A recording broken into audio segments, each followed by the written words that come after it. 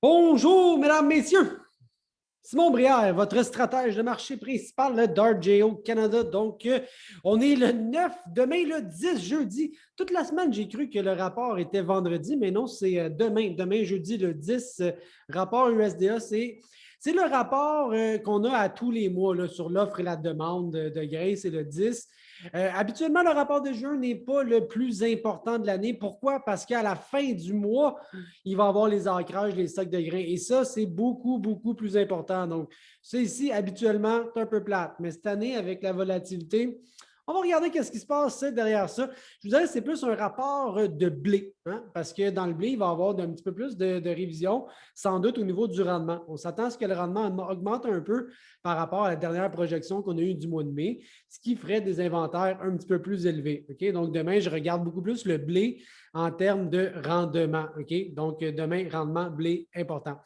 Au niveau du maïs maintenant, l'ancienne récolte, OK, bon, ce qui est aujourd'hui dans les silos, là, il ne devrait pas y avoir beaucoup de changements. On s'attend peut-être un petit peu plus d'exportation, peut-être un petit peu plus aussi d'éthanol. Par contre, tout ce qui est élevage, ça va attendre au mois suivant parce que les inventaires vont sortir dans 2 semaines. Donc, vous voyez ici, peut-être un petit peu moins de stock ici, là, dû principalement à l'éthanol et à l'export. Donc, ça ferait en sorte que les stocks de départ pour la nouvelle récolte, OK? C'est ça ce qui est important à partir de maintenant, c'est parler de l'automne.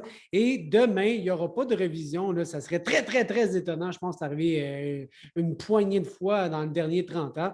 Les ancrages, c'est à la fin du mois, fait qu'on ne verra pas ça. Le rendement, il y a trop de bonheur, il ne devrait pas avoir de changement. Donc, ça devrait être très, très, très mineur, les ajustements dans ces bilans-là. On va voir si on a des surprises demain, mais enfin, il est très peu probable d'en avoir dans le maïs quelque chose pour la peine, en tout cas. Soya, c'est un peu le même principe. L'ancienne récolte, on va surveiller les inventaires qui sont très serrés, 120.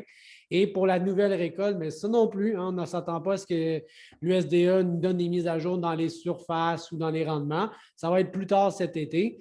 Et déjà là, on voit que les inventaires, de part de 120, on va à 140. On ne règle pas la pénurie cette année, pas avec ces bilans-là. Il va falloir que quelque chose se passe.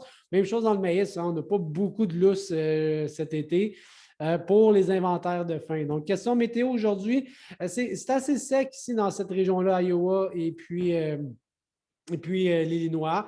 On a eu des précipitations dans le nord des prairies canadiennes, ça c'était bon, mais c'est ici là, qu'il va commencer à créer un peu de problème et il annonce encore chaud et sec. Donc, les forecasts météo ne sont pas parfaits. J'en ai vu des pires que ça dans ma vie, mais dans une année comme cette année où la marge de manœuvre elle est quasi inexistante, on a besoin de tout ce qu'on peut avoir en termes de rendement de précipitation et en ce moment, on en a besoin.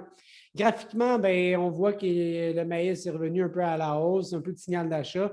On n'a encore pas défait les récents prix là, élevés, là, donc résistance ici sur le maïs, je regarde décembre.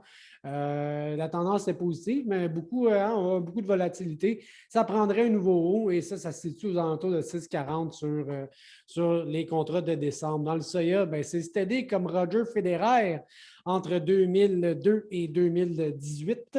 Les fives, tendance haussière, rien à dire là-dessus, ça monte continuellement. Le blé, un petit peu plus ressemble un peu au maïs, là, beaucoup de volatilité. Récemment, je vais avoir un peu de signal d'achat sur mon MACD et mes moyennes mobiles. Donc, demain, ça risque de barder un petit peu plus.